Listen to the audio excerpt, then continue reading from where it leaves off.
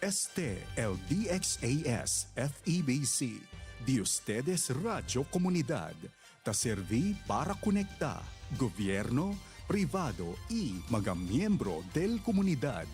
DXAS 1116, de ustedes Radio Comunidad.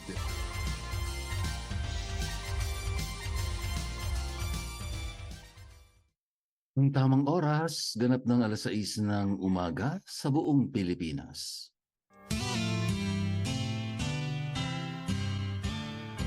May harding mapananalanginan, doon si Jesus naghihintay. O kay inam ng panalangin ang hardin, doon kay gandang manalangin. Tayong natulog sa luklukan ng Diyos sa hardin ng pananalangin. Mapagpalang araw pong muli sa lahat ng ating mga minamahal na kaibigan at ating mga tagapakinig. Kayo po ay patuloy na sumusubaybay dito sa ating programang Hardin ng Panalangin. Ako pong muli ang inyong kaibigang hardinero, Pastor Eman Aquino, na nagsasabing, every gising is a blessing. Masaya po akong muling makasalo kayo ngayong umaga sa ating pananalangin at siyempre tayo'y muling mapalakas ng Diyos sa kanyang makapangyarihang mga salita na siyang bumabago ng ating buhay. Halina kayo mga kaibigan, wag na po nating pagtagalin. Magsimula na po tayo sa pagbubulay sa mga salita ng Diyos.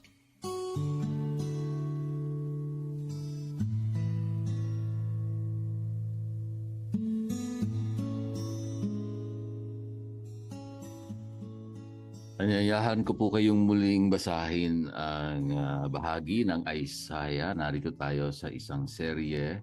Sinimulan natin nung nakaraang buwan.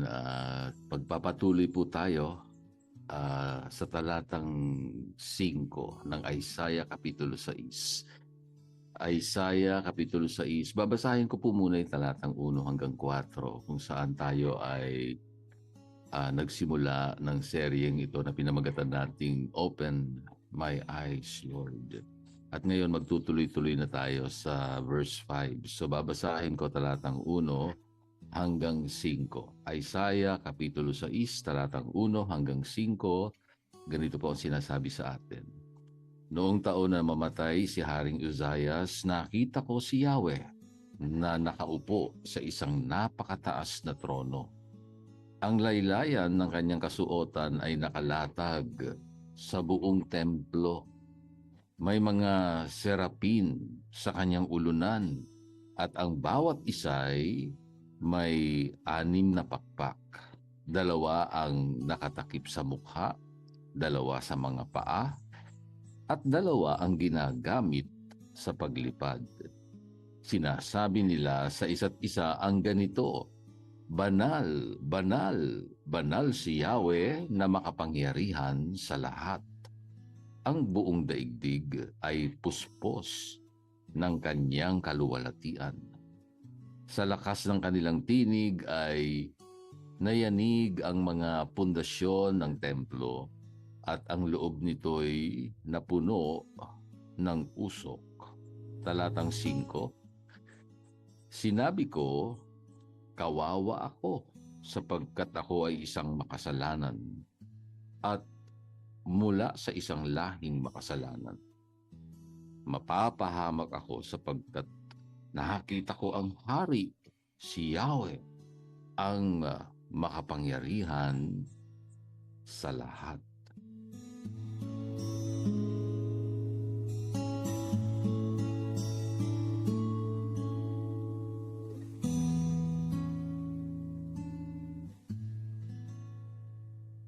Hindi natin makikita ang Diyos kung hindi natin papakinggan ang mga salita ng Diyos. At kung papakinggan natin ang mga salita ng Diyos, makikita natin kung ano ang gusto niyang ipakita sa atin.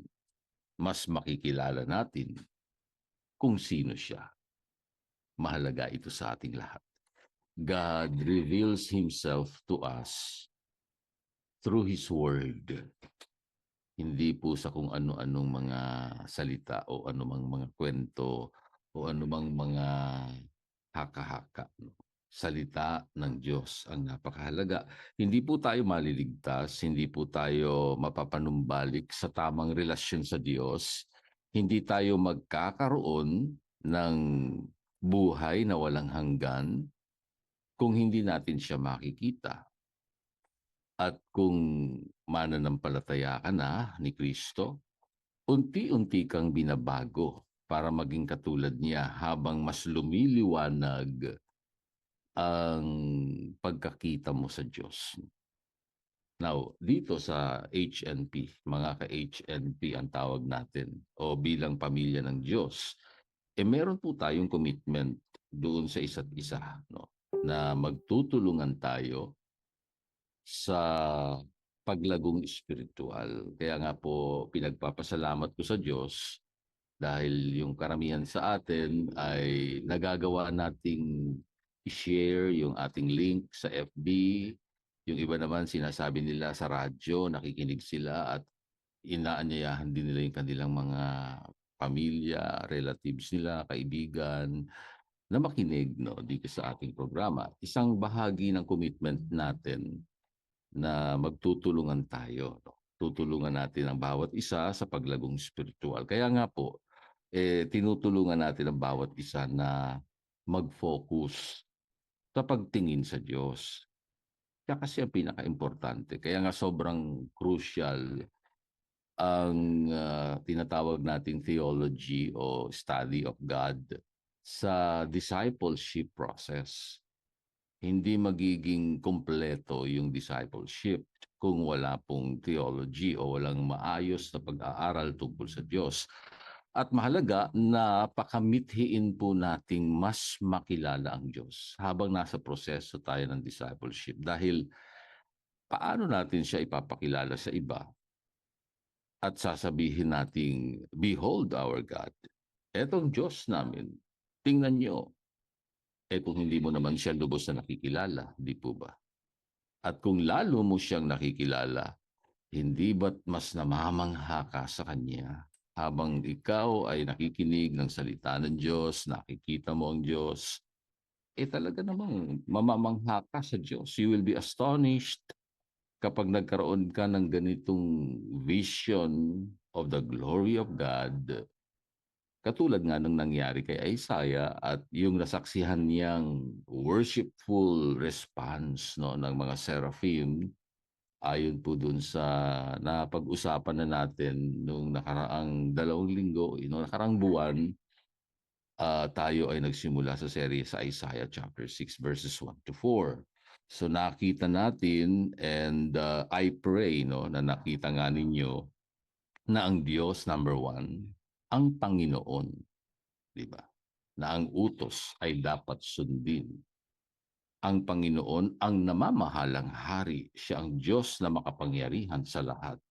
Dakila siya sa kanyang karangyaan, lubos na kagalang-galang, banal, banal, banal. 3 beses na narinig natin dito na ang Diyos ay walang katulad, ibig sabihin sa kaluwalhatian o kaningningan ng kanyang kabanalan. At ang kapahayagan ng kanyang kabanalan ay ang kanyang kaluwalhatian na sumasakop sa buong mundo. Sa lahat ng kanyang nilikha, kapag tiningnan mo ito, naku talaga naman, makikita mo ang kaningningan ng Diyos, ang kabanalan ng Diyos, kahanga-hanga siya sa lahat ng kanyang mga ginawa. Kaya nga sinabi ko nga nung nakaraan, sana sa susunod pag ikaw ay pumapasyal, ayan, ang dami nating travel goals, di ba? Nakikita natin gagandang lugar. Wag lang yung lugar ang iyong sambahin, di ba? O kaya yun lang ang ikasisiyahan ng puso mo, nakita mo yung lugar, di yung lugar lang ang nakita mo. Makita mo sana ang Diyos. No? Na ang ibig sabihin, dyan sa mga lugar na yan, tapat siya sa kanyang mga pangako sa mga anak niya. Ang mga salita niya ay makapangyarihang makagagawa ng lahat ng kanyang naisin.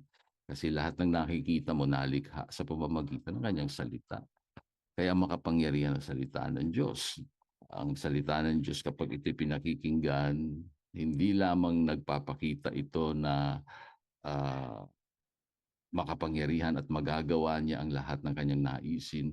Ibig sabihin lamang nito, ano man yung kalagayan mo ngayon sa buhay. Araw-araw, babaguhin tayo ng salita ng Diyos, di po ba? Kung tayo ay magtitiwala sa Kanya. Well, ilan pa lang yan po sa mga kahangahangang katangian ng Diyos na meron tayo. Nakikita po natin, and we have our whole lifetime to grow in the knowledge of who He is. Habang buhay, habang may hininga, binibigyan tayo ng lakas ng Diyos, hindi matatapos, no? Ang ating patuloy na pag-aaral, pagbubulay-bulay, makilala ang Diyos. Wala pong ano yan, hindi ho yan pwedeng sabihin ng sino man sa atin, na-achieve ko na, tapos na ako. No? Kilala ko. Hindi. No? Habang buhay tayo, nagpapatuloy. No? And we have all eternity para mas makita siya. At sa totoo lang, hindi pa natin maaarok hanggang ngayon yung kalubusan ng pagka-Diyos ng Diyos, di ba? Pero mahalaga sa bawat sitwasyon, kahit papano, kahit hindi naman lubos, makita natin siya sa sitwasyon natin. No, para tumigil na tayo dun sa karereklamo na wala akong ganito, wala akong ganyan. Hindi, meron kang Diyos. At yung Diyos na yan na nakikilala mo, lumikha ng lahat ng bagay, makapangyarihang Diyos na nagsasalita at sa pamamagitan ng kanyang salita, nalilikha ang lahat, nababago ang lahat. Ito pa po yung isang sinabi ng Westminster Confession of Faith tungkol sa Diyos. No? Pakinggan po natin. Sabi dito, mayroon lamang isa at tanging isang buhay at tunay na Diyos. Siya ay walang hangganan sa kanyang pagkadiyos at kasakdalan. Siya lamang ang dalisay na espiritu.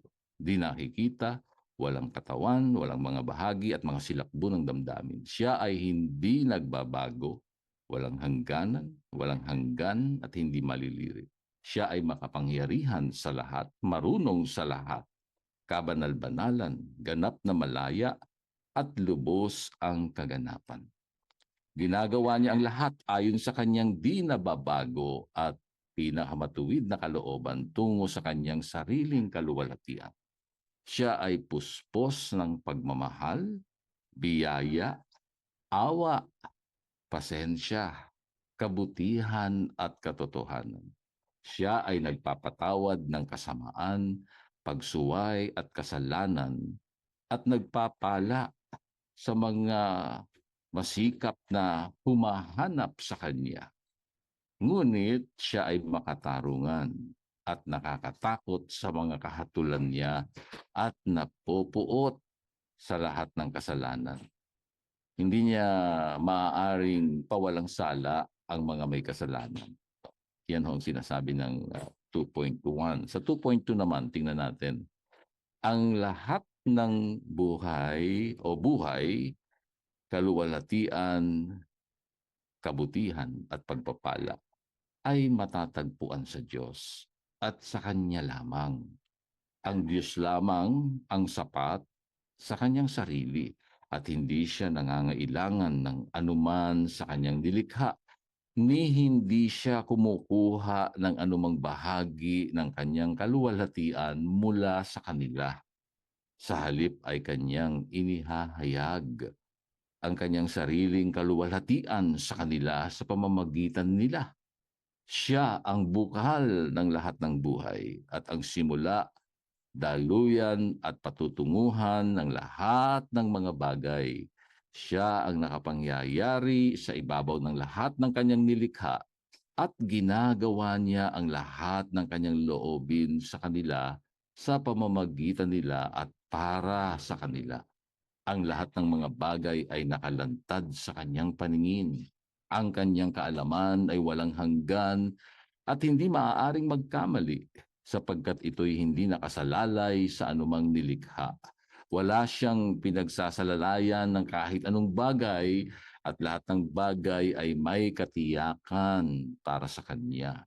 Siya ay kabanal-banalan sa lahat ng kanyang mga pasya, mga gawain at mga kautusan. Ang mga anghel, ang mga tao, at ano pamang nilalang ay dapat sumamba, maglingkod, sumunod, at ibigay ang anumang kanyang ikinalulugod na hingin sa kanila. Yan yung 2.2 dito sa Westminster Confession of Faith. Kung makikita at mababasa natin paulit-ulit ang sinasabi nitong WCF 2.1, 2.2. Naku, sa bawat araw, ano pa man yung sitwasyon ng buhay na meron ka o nasaan ka doon, naroon ka. Mahalaga talaga yung, alam nyo, naalala ko lagi yung sinabi sa akin ng aking mentor. Huwag mong tingnan yung kalakihan ng iyong problema o gaano man kalaki ang pangangailangan mo o ano man yung sakit na hanggang ngayon pasan-pasan mo ang bigat, ano. Huwag mong tingnan yan. Huwag mong tingnan yung mga bagay na hindi naman nakatutulong sa iyo. Diba? Sabi niya, tingnan mo lagi ang kalakihan ng Diyos. Sabi niya ganyan. No? Kasi nga, kung ikukumpara ang Diyos sa lahat ng anuman na meron tayo, walang mas malaki pa sa Diyos, diba? Ang problema lang, kapag ang focus natin ay nandoon sa ating sitwasyon, ang ating paningin ay unti-unti nawawala na nga sa Diyos, di ba? So lumiliit ngayon yung paningin natin sa Diyos, lumalaki kung ano yung meron tayo ngayong problema, di po ba? So kaya sabi niya, huwag mong hahayaan, no, na ang iyong paningin ay ma-focus diyan sa sitwasyon mo. Ituon mo ang iyong paningin kay Jesus na siyang nagpasimula at magtatapos ng iyong pananampalataya. Huwag mong kakalimutan ang Diyos. Sapagkat kung nakita mo kung sino ang Diyos, you will be astonished. Mamamangha ka. Araw-araw, sasabihin talaga natin, every gising is a blessing. Ako po muli ang inyong hardinerong nagpapaalala, Pastor Eman Aquino. Pinagpala na po ng Diyos, mga salita niyang tinanggap po natin.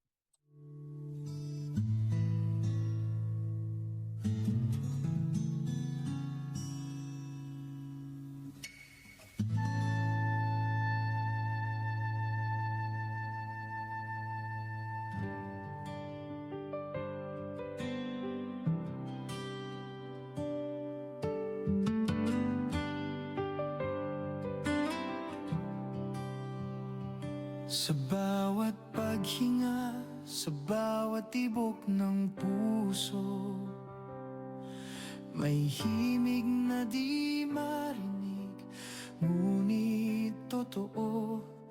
Ang mundo ay maingay, puno ng alalahanin, subalit may tinig na nagsasabing, huwag kang mag-alala, aking anak.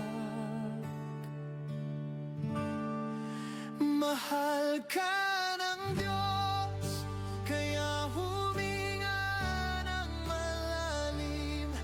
Ibunto ng bigat, ipikit ang iyong mga mata.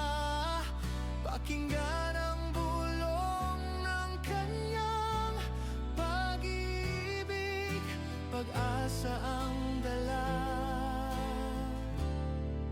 sa bawat paghinga.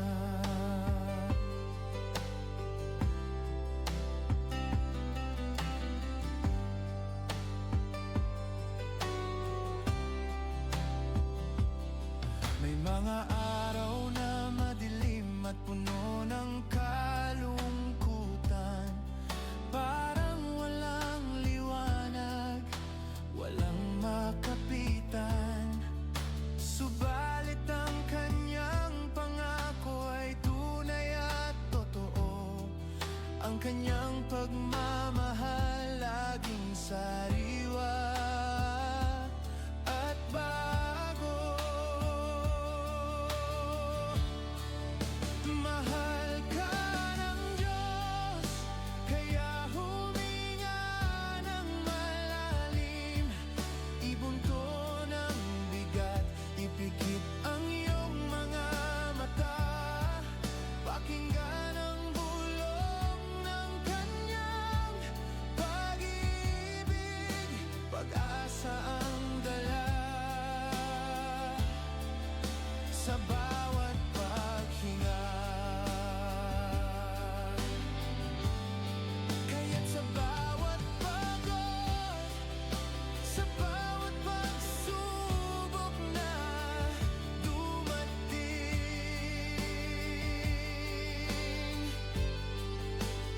alalahanin mo, hindi ka nag-iisa sa dilim.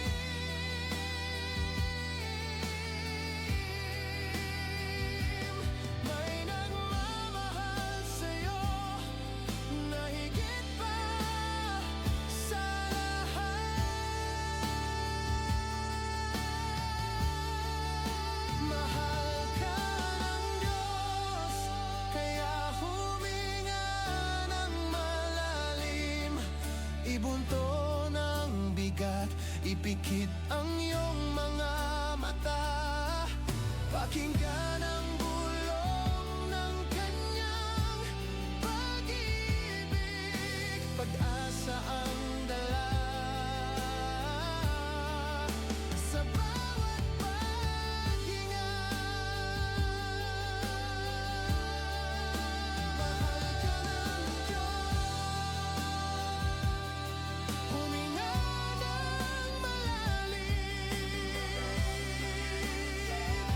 at manatili sa kanyang pag-ibig. Mahal ka ng Diyos, huminga ng malalim.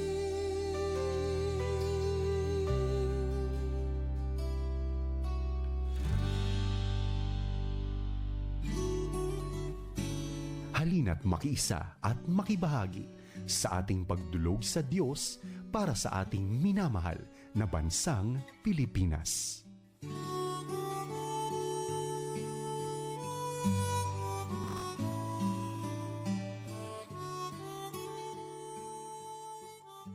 Mapagpalang Ama na nasa langit, kami ay sama-samang lumalapit uli sa iyo. Ngayong umaga, nagpapasalamat kami at tunay na kinikilala po namin walang ibang Diyos maliban sa iyo.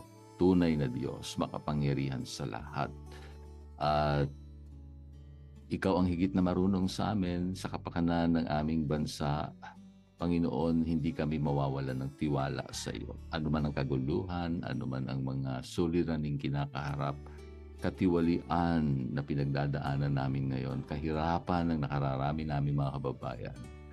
Lahat ng problema na kinakaharap namin ngayon maging sa personal na buhay ng bawat isa, sa iyo pa rin kami nakatingin, O Diyos. Ikaw ang mabuting Diyos, marunong ka sa lahat, may control ka sa lahat ng nangyayari. At kung minsan ay hindi namin agad nakikita kung ano nga ba ang mabuti doon sa mga nangyayari sapagkat sabi mo sa iyong salita sa lahat ng bagay, gumagawa ka sa ikabubuti ng mga umiibig sa iyo. Sa lahat ng mga tinawag mo sa pamamagitan ni Kristo, meron kang magandang layunin, may maganda kang dahilan sa lahat ng mga nangyayari. Ang dalangin ko po lamang ay tulungan niyo lamang po kami, Panginoon, na makita ng malinaw kung ano ang ginagawa mo at ano yung mabuti sa lahat ng sitwasyon kahit na sa tingin namin hindi naman mabuti o hindi maganda ang nangyayari. Lord, tulungan mo kaming lumago sa aming pagkakakilala sa iyo. Nang sa ganon, sa anumang sirkumstansya, hindi po kami magrereklamo o hindi po kami mapapagod na manalangin at magtiwala sa iyo. Dahil alam namin, kumikilos ka, Panginoon. Buhay ka, O Diyos, at nakikita mo ang kalagayan po namin. Pinagkakatiwala namin sa inyo ang aming bansa, mga namumuno dito sa aming gobyerno, sa lahat ng mga uniformadong sundalo at pulis. Kami ay patuloy na nananalangin na iyong pagpalain ng bawat isa.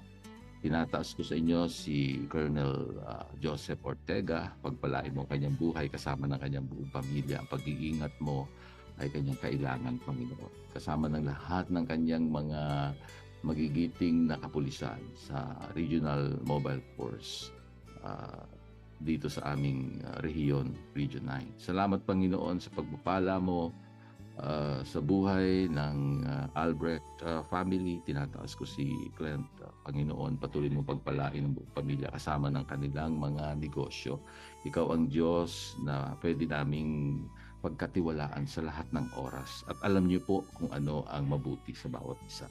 Pagpalain niyo po ang gawain sa Zion Christian Fellowship, lalo pa po silang lumago at ang pagkakaisa sa Espiritu ay kanilang maranasan, Panginoon. Pagpapalat lakas sa lahat ng mga members and leaders.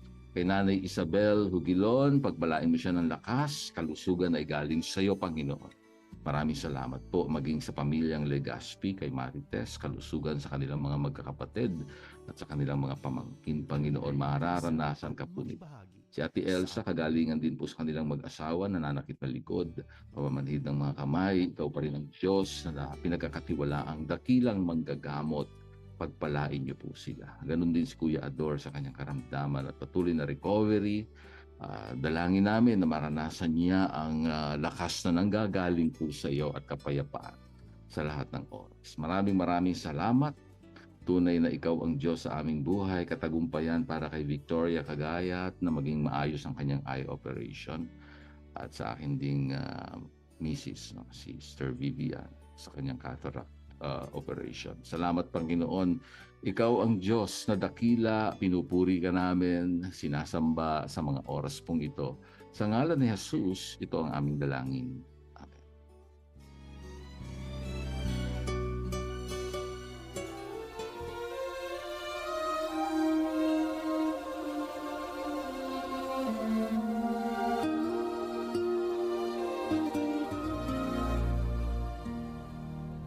Kagalakan ko po ang maging lingkod ng Diyos sa inyong buhay dito pa rin sa Himpilang 1116 DXAS, your community radio.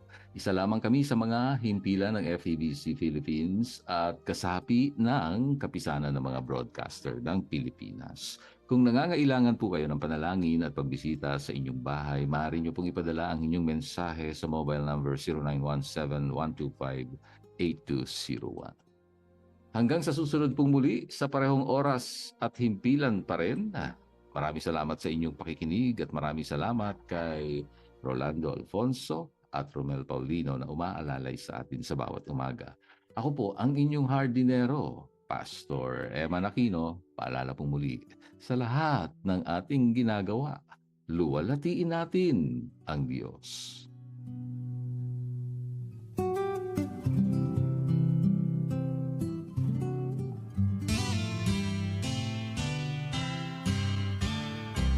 May harding mapananalanginan, doon si Jesus naghihintay.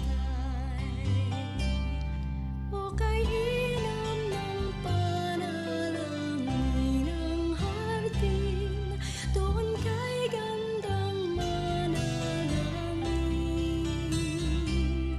Tayong natutulog sa luklukan ng Diyos sa hardin ng pananalangin.